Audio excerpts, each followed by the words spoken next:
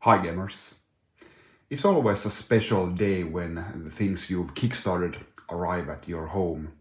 And here we have the Heroes of Might and Magic 3, the board game. And this is the Grail pledge and some additional things on top as well. So pretty much everything that you could get apart from, I believe, like the big box that you could house everything in. I felt like I didn't need that. And also these are the regular miniatures instead of the pre-shaded miniatures. Also didn't need like the art book or poster or what else was there. So I believe this is everything when it comes to the like playing the game and having all the content so far. Yeah, we have the basic base set here, the board game itself, and we have the tower expansion, rampart expansion, fortress expansion, and Inferno expansion. Also have the battlefield expansion, which makes the battles looking very similar to the battles in the actual computer game. And I also got here the stretch goals, props and neutral units, and faction units. So this includes the miniatures that are basically missing from the factions in the base set.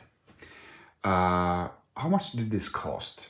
I don't know. It's like over a year when I kickstarted this. I think it's like 200 total, which isn't that bad. You know, I think that's more than fair when you compare like to what you get for that money. So this is 12 kilograms of board game goodness.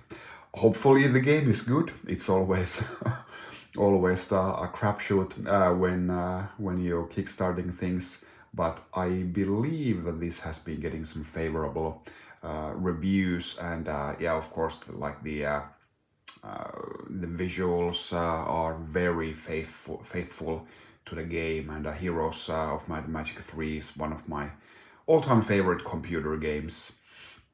An absolutely fantastic turn-based exploration battle strategy game, and one of the best soundtracks in any game. I think when we first play this game with the boys, we're gonna put on some Heroes of Might and Magic 3 soundtrack as well to get into the mood. But yeah, we have a lot of things to unbox here. I'm just gonna be opening up each box and show you roughly what's inside. Not gonna be punching all the tokens or anything like that. But let's see what we got here. So, starting here with the base game, also in addition to everything you just saw, there is this basically a frequently asked questions leaflet that has some things that the developers have most been asked about, though. So this is a nice addition here. First up, I gotta warn you, I have been spray painting my Warhammer miniatures with very lacking protective gear, so my left hand looks like this. So let's see what we have here. This is the heftiest of the boxes here, which makes sense. So yeah, how they've there's basically this tile system, so you don't know like what the game map looks like when you first start exploring it. So basically like a fog of war type of thing, and like in the game you didn't know what was underneath the black fog before you went there. So first up we have the rule book. Just a quick look through here, not gonna be flicking through every page here, but just showing you what this looks like. And yeah, this is very high quality, and even down to the graphics and the like the fonts. This is very very familiar stuff, all the old school like icons, and yeah, everything looks very much like the classic game. We have a tournament book. What's this? Not sure. And a mission book. So I do believe that you can play this solo as well. And yeah, these are scenarios, like if you have a scenario for 2 to 3 players. And you can play 2 versus 2 as well. And yeah, we'll see if like they'll be providing additional missions at some point. But okay, so here we have like player's aid, little sheets, cheat sheets. So just 3. So I believe like the basic game is for 3 players. Lots of tiles, lots of tokens, character sheets, and from the basic set, this is how the battlefield looks like. So very different than it is in the actual game. But there's the battlefield expansion, which should be looking more like the real deal.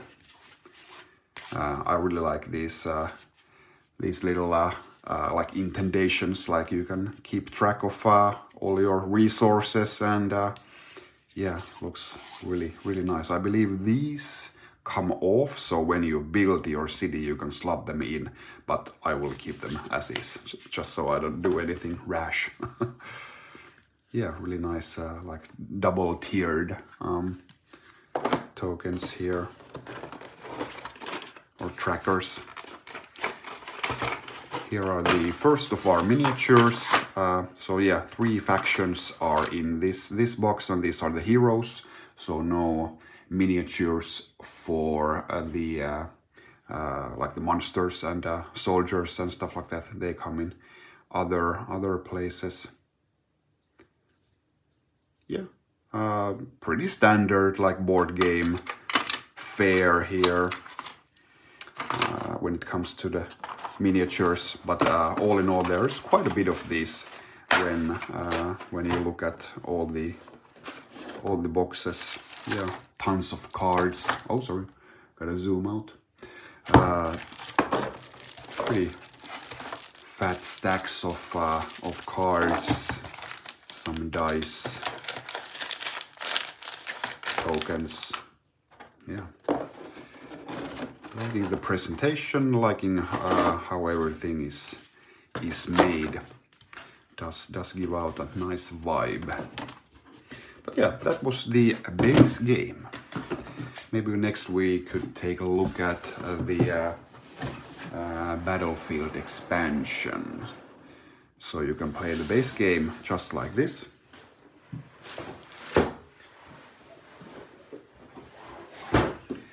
But you can also take this bad boy out and have a bigger battlefield that is hex based, of course, like it is in the game. So this is the way to go, and probably brings out a lot of depth to the combat as well. We get some cards as well, and a couple of more these aid cards, different this time. And yeah, the battlefield is actually huge.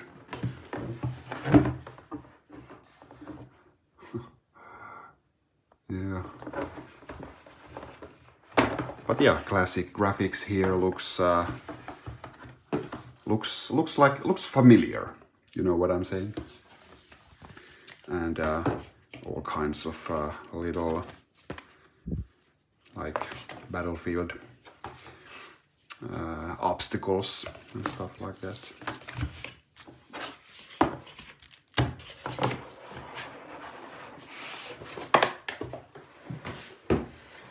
Then we got a couple of the stretch goals. So this is the faction units for the 3 factions that are in the base set. And shouldn't be anything else in this box.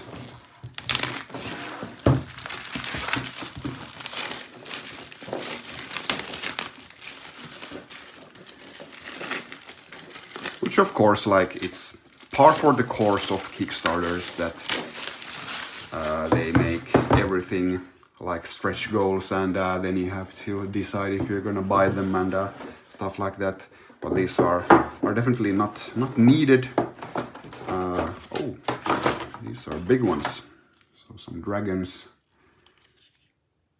One of the like, you got your little grunts here, and then you have your phoenixes or griffins and everything in between. And these, yeah, like I said, you can play with these without the miniatures, so these are mainly just for show on the battlefield, but you can like use just the miniature, like the like unit cards. So you don't actually need this, but it's still nice to have. And as a collector, I wouldn't even dream about like not getting these. So you gotta get them all. And this one has props and neutral units. So all kinds of things that you encounter on the map. And also you got the town models, which I believe, again, for show, but still like brings some nice additional immersion to your map, I believe.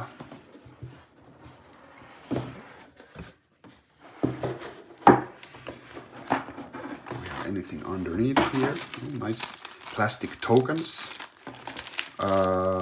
Not sure. I think the tokens were like cardboard in the basic set, and here you can have them as plastic, which is nice. And yeah, all kinds of little tokens here. You can notice the morale boost here, and some resources there, and yeah.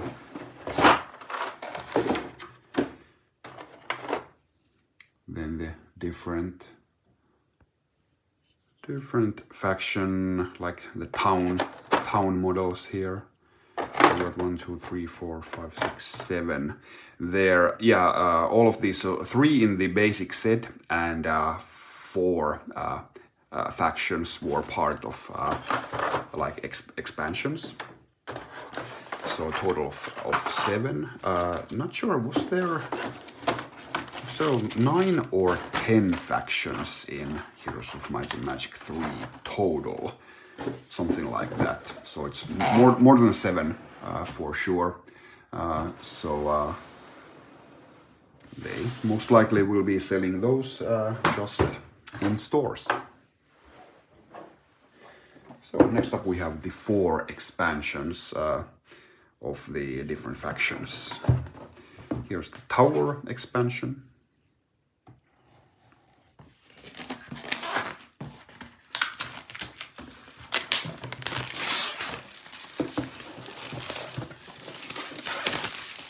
But of course, the best thing, at least for me, and I know for many others, best thing in Heroes of Might and Magic 3 was, oh, we got some additional stretch goals, I think. So this is more than just the tower, yeah, expansion and stretch goals. So we got an additional mission book here. Pretty thick. Thick stuff. And here's the 4th player's aid. So basically this like adds a 4th player. You can play with a 4th player. So pretty essential expansion. Not sure if there is even more players can join, but as it is, at least this is mentioned. Although I think I saw like the expansion word on another box as well, but let's see when we get down the line here. No, maybe not. I think so. So the tower expansion is like really important. It adds the 4th player and also the mission book. So can't miss that. But yeah, like I was saying, really the best thing about Heroes of Might and Magic is making your city grow. Oh, okay, so this is the 5th player. I spoke too soon. Making your city grow yeah, you're making buying the houses, and each turn you get to do something new, and getting the new units added to your army, and yeah, it's just wonderful. Hopefully this game like captures that well. The miniatures are very distinct colors, so no risk of like confusing them. Lots of empty space here as well. I wonder how needed all of these empty spaces are, or is it just like in order for you to get rid of some of these boxes? Like, could you? No, well, the miniatures are part of here, but not sure how well you could like combine these, or what those empty spaces are for.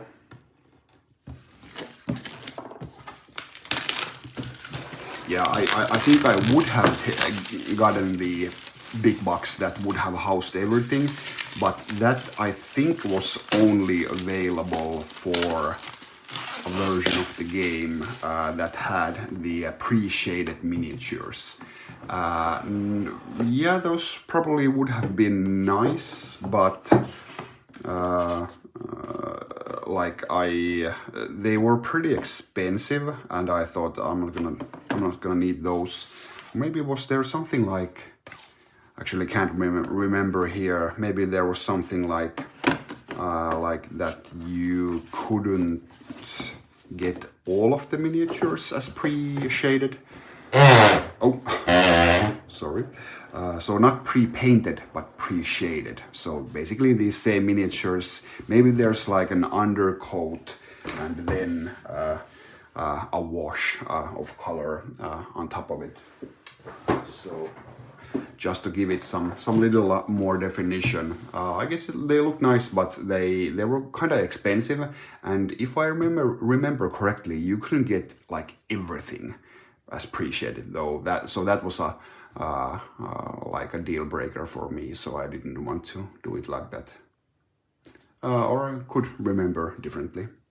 Then we have the Inferno expansion. This one isn't part of the Grail pledge, so there was additional things that you could get in addition to your like base game, and the Grail pledge seemed like a no-brainer that you need to get at least that, but for some reason they like had well, money.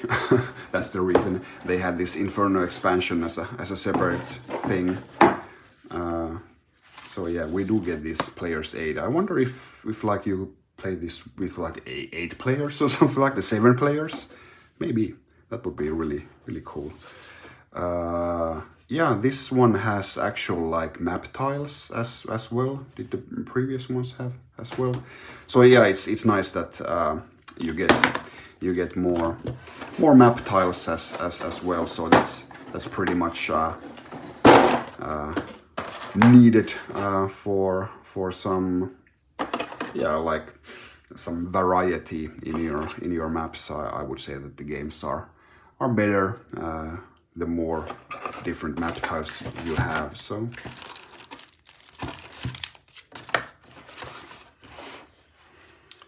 yeah. I'm really anxious to play this. Hopefully we're gonna get the crew together to play the first time. Lots of rules to go over, but yeah, looks excellent, at least visually. So hopefully the game itself holds up. So that was the unboxing of the Kickstarter of Heroes of Might and Magic 3. The Grail Pledge plus Inferno expansion plus the faction miniatures. So that's pretty much everything needed. And yeah, I'll let you know in Twitter or Instagram maybe how the game is. So please be sure to follow FinGamer on those places as well. Thanks for watching this video. I'll see you next time. Bye.